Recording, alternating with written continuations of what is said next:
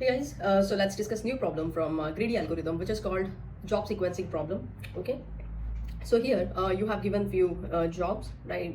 Like 1, 2, 3, 4, and its equivalent profit also. And when these job will complete, like it will take deadline of 4, then 1 means its deadline means you can run it till that time. Okay, so first unit of time, second, third, until fourth only there. But after 5 you can't run that.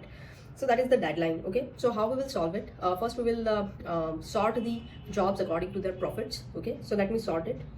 So id, deadline, and profit.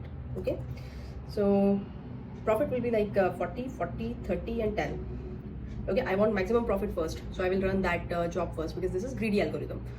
Okay, so now it's a deadline will be 4, 1, 1, 1, and this one will be 1, 3, and let's say 4 and 2.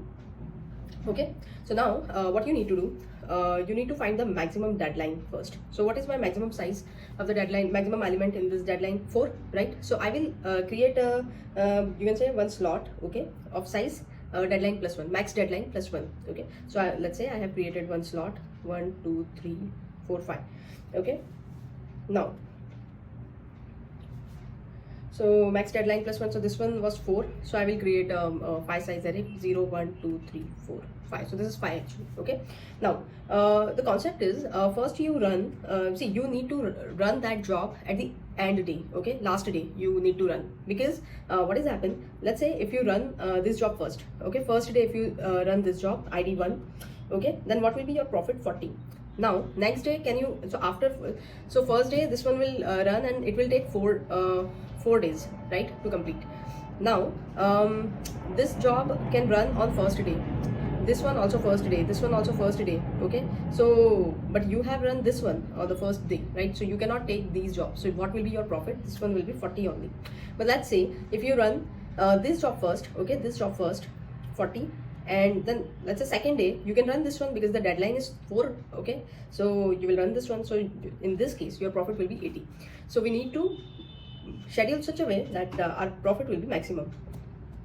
Okay, so what we will do, we'll take one array, okay, and we will run job on the deadline day. Okay, so this one is 4, so let me run on this day. First I will check if it is not empty. If this slot is full, then I will take deadline minus 1 day. I will check for deadline minus 1 day. If it is also full, then minus 1 day. Okay, that's why I have run here 2 for loop, one for job and second for the particular to check that deadline. And then if it is full, if slot is not null, then I'll do j minus minus. Okay, that's it. So I will run this job, first job on this deadline. Okay, what will be my max profit? 40 plus. Now second job came, this one. So on first deadline, this first one, I will run job on this deadline. Okay, third one, so my profit will again 40. Now this job I will run on deadline 1, but my deadline 1 is full, right? So I will check j minus minus. So j minus minus will be 0, right? But I don't need to run it for 0, it should be greater than 0. So how can I run on 0? 3, right? So my maximum profit will be, and then this fourth one you will check, then again it is full, so your maximum profit will be 80 in this case. So the same thing we are doing in code. So what we are doing, first we are sorting the array. Okay, you have given a job array, and n is the number of jobs you have. So you will sort it, then you will take one max deadline variable, okay, and you will find the maximum deadline from this job array. So you will find that maximum deadline is 4. Okay, now you will create one boolean array, okay, boolean array of size max deadline plus 1, and then initially your count jobs is 0 and total profit is 0. So here this one will be the total profit where we are storing profit, and your count job will be 0. Okay, so now you are iterating each job, okay, for its a deadline. You will check if that particular deadline, if the slot is not empty, in that case you will make it true. Okay, if it is a boolean, then you will use true or false, right? So you will make it true, and then count job.